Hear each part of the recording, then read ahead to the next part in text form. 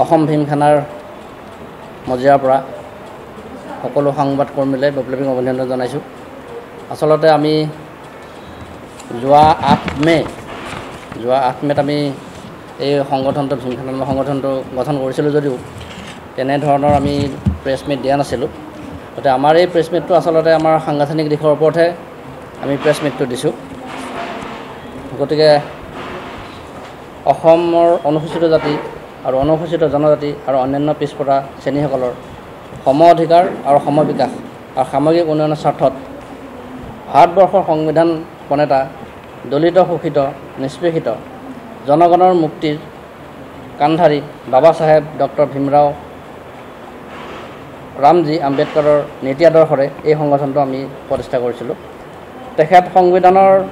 তেখেতে সংবিধান অনুসূচিত সংৰক্ষিত ব্যৱস্থাৰ আওতাত থৈ যোৱা এই জাতিসমূহৰ বাবে অসমৰ বিভিন্ন জিলাৰ কেইজনমান সচেতন ব্যক্তিৰ প্ৰচেষ্টাত অহা ইংৰাজী 8 মে' 2024 তাৰিখে গুৱাহাটী 6 মাইলস্থিত ব্ৰহ্মপুত্ৰ হোটেলত অসমৰ ভীমসেনা নামৰ এই সংগঠনটো প্ৰতিষ্ঠা কৰা হৈছিলে।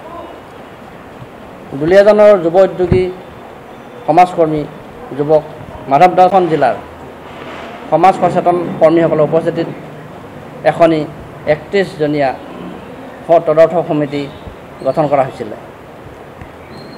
সভাপতি মাধৱ দাসে এই তদৰ্থ সমিতিখনৰ জন্মলগ্নৰে পৰা জড়িত হৈ অনুসূচিত জাতি অনুসূচিত জনজাতি আৰু অন্যান্য পিছপৰা শ্ৰেণীৰ জনগণৰ হকে কৰ্মসূচী কৰি আছিলে। যদিও ব্যক্তিগত ব্যৱসায়ত গৰিষ্ঠ সংখ্যক সময় দিব পৰা হোৱা নাছিলে তেখেতে, আৰু সেই মৰ্মে তদৰ্থ সমিতিখনৰ উপসভাপতি মই শ্ৰী সত্যব্ৰত নাৰায়ণ দাসক ভাৰপ্ৰাপ্ত সভাপতি হিচাপে দায়িত্ব প্ৰদান কৰি এই সংগঠনৰ পৰা তেওঁ অব্যাহতি লৈছিলে। নমস্কাৰ। অসম ভীমসেনাৰ কেন্দ্ৰীয় মুখ্য সাংগঠনিক সম্পাদক, যিহেতু আপোনাৰ ইতিমধ্যে আপোনালোকে অৱগত হৈছে যে অসম ভীমসেনা নামৰ এই সংগঠনটি 8 মে' 2024 বৰ্ষত গঠন কৰা হৈছিল। তাৰ পিছতে কিছু সাংগঠনিক কথা বতৰাৰ মাজত আমাৰ যিজন পূৰ্বৰ সভাপতি মাধৱ দাস ডাঙৰীয়া, তেখেতে ব্যক্তিগত কিছু ব্যৱসায়ৰ লগত জড়িত থকাৰ বাবে তেখেতে ইয়াত সময় দিব নোৱাৰাৰ বাবে তেখেতে অব্যাহতি লৈছিলে। আৰু আমাৰ সন্মানীয় আজি আমাৰ মাজত উপস্থিত থকা কাৰ্যকৰী সভাপতি বৰ্তমান তেখেতক ভাৰপ্ৰাপ্ত সভাপতি হিচাপে আচলতে সেইদিনাৰ পৰা মানে দায়িত্ব প্ৰদান কৰা হৈছিল। তাৰ পৰৱৰ্তী সময়ত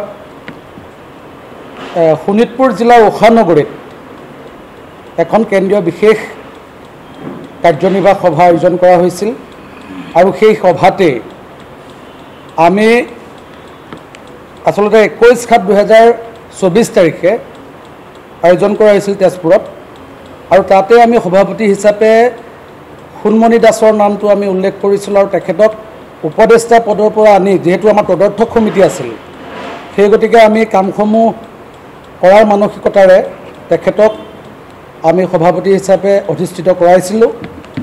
কিন্তু বিগত কালছোৱাত তেখেতৰ নেতৃত্বত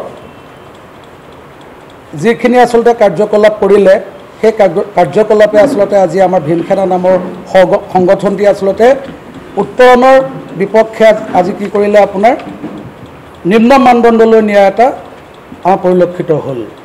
সেয়েহে আমি আজি এই দিছপুৰ প্ৰেছ ক্লাবতে সংবাদ মেলখন আয়োজন কৰিলোঁ। আপোনালোক সকলোকে অশেষ ধন্যবাদ জ্ঞাপন কৰিছোঁ। এই সোণমণি দাস নামৰ যিজন আচলতে তথাকথিত ব্যক্তি, তেখেতে সভাপতি পদত অধিষ্ঠিত হোৱাৰ পৰাই একোনা একোটা বাদ আৰু নিজ ইচ্ছামতে কিছু আচলতে দায়িত্ব প্ৰদান কৰাৰ লগতে কিছু আচলতে ৰাজনৈতিক দলৰ লগতো আমি জড়িত হোৱাৰ কথাটো ইতিমধ্যে আমি গম পাইছোঁ।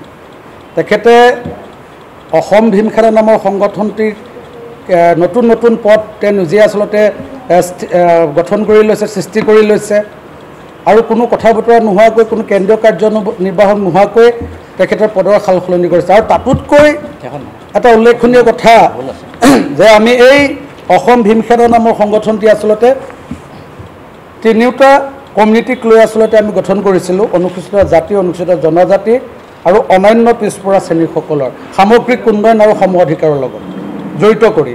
কিন্তু আপোনাৰ কি হ'ল, এই সোণমণি দাস নামৰ তথাকথিত ব্যক্তিজনে বিগত সময়ত কোনো সভা মেল নিদিয়াকৈ তেখেতে কেন্দ্ৰীয় সমিতিৰ পৰা অন্যান্য পিছপৰা শ্ৰেণীসকলৰ যিটো গোট আমাৰ লগত আচলতে জড়িত আছিলে, তেখেতসকলক নিজে নিজে আচলতে তেখেতে নিজৰ কিছু কাৰুকাণ্ডৰ মাজেৰে আচলতে তেখেতসকলক ইয়াৰ পৰা ৰিমুভ কৰি দিলে।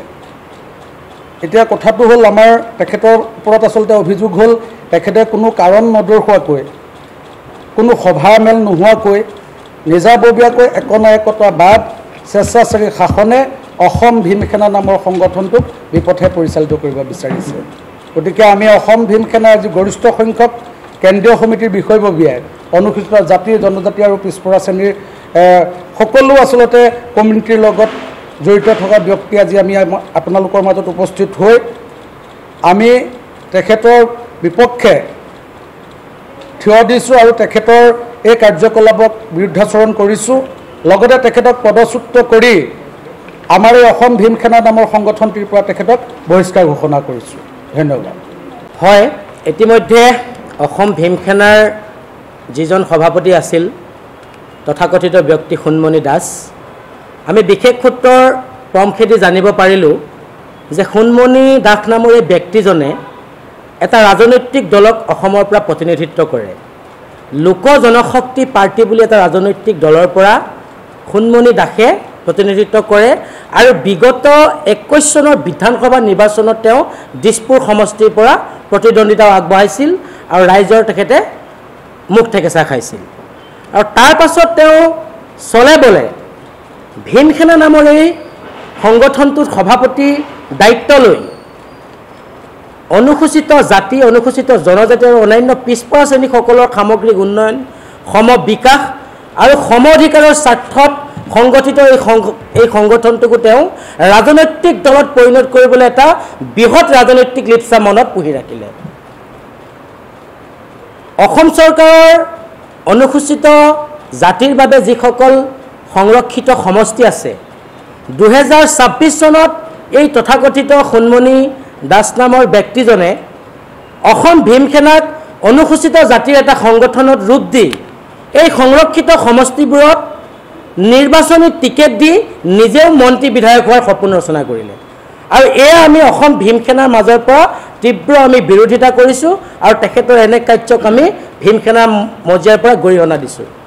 আৰু ইয়াৰ প্ৰত্যুত্তৰত তেখেতে অসম ভীম সেনাক কি কৰিলে, স্বৈৰাচাৰী শাসন ব্যৱস্থা ভীম সেনা দিনক দিনে কৰিব লাগিলে।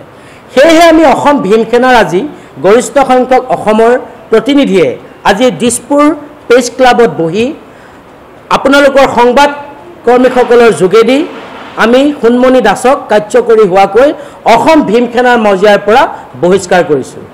লগতে অসমৰ অনুসূচিত জাতি, অনুসূচিত জনজাতিৰ ৰাইজক আমি অনুৰোধ জনাইছোঁ যে ইয়াৰ পাছত যদি সোণমণি দাস নামৰ এই ব্যক্তিজনে ভীম সেনাৰ নামত কিবা সভা সমিতি পাতি ৰাইজক যদি বিপথে পৰিচালিত কৰাৰ চেষ্টা কৰে, তেতিয়া কিন্তু আমি ভীম সেনা ইয়াত কোনো ধৰণে জগৰীয়া হ'ব নোৱাৰিম।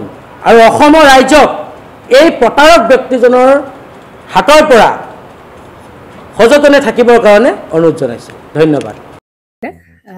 জুবিন গাৰ্গৰ গীতসমূহৰ ওপৰত আধাৰিত গানে কি আনে নামৰ এটা সুন্দৰ অনুষ্ঠান আপোনালোকৰ ওচৰলৈ আহি আছে অতি শীঘ্ৰে। অহা 15 আগষ্টৰ পৰা ধেমাজিৰ পৰা প্ৰথম অডিশ্যন আৰম্ভ হ'ব আৰু সেই অডিশ্যনৰ যোগেদি বিভিন্ন কণ্ঠশিল্পীসকলে যিসকলে এই অনুষ্ঠানত যোগদান কৰিব বিচাৰে তেওঁলোকে এই অডিশ্যনৰ যোগেদি আগবাঢ়ি আহক। আৰু জুবিন গাৰ্গৰ বহুত ভাল লগা গান আমি সদায় শুনি আহোঁ আৰু আপোনালোকৰ যদি ভাল লগা গান থাকে, জুবিন গাৰ্গৰ আপোনালোকে গাই ভাল পায়, তেন্তে অডিশ্যনত যোগদান কৰক। মোৰ ফালৰ পৰা আন্তৰিক শুভকামনা থাকিল এই সম্পূৰ্ণ অনুষ্ঠানটোলৈ। ধন্যবাদ।